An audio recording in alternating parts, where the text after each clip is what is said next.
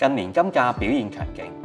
一度升穿每盎司$5000大關，升幅相當驚人，再度成為投資者嘅焦點。金價主要受幾個因素帶動，包括利率、地緣政治同央行需求所影響。當息率下跌，定期存款同埋債券收益率一般都會回落，黃金相對變得吸引。而另一方面，近年地緣政治升溫，加上各國央行持續增持黃金，都為金價帶嚟支持。黃金嘅主要作用一向用嚟避險同保值，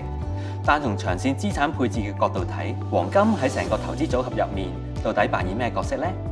回顧翻歷史表現，雖然黃金同環球股票指數同樣表現強勁，各自嘅總回報大致相若，而且年度化波幅高達雙位數字，但係佢哋嘅相關性非常低，過去升幅都唔同步，代表兩種資產嘅走勢冇直接關係。總括嚟講，投資者可以考慮將黃金加入投資組合入面，作為資產配置嘅一部分，但要留意，佢未必係對沖環球股票下行風險嘅最佳選擇。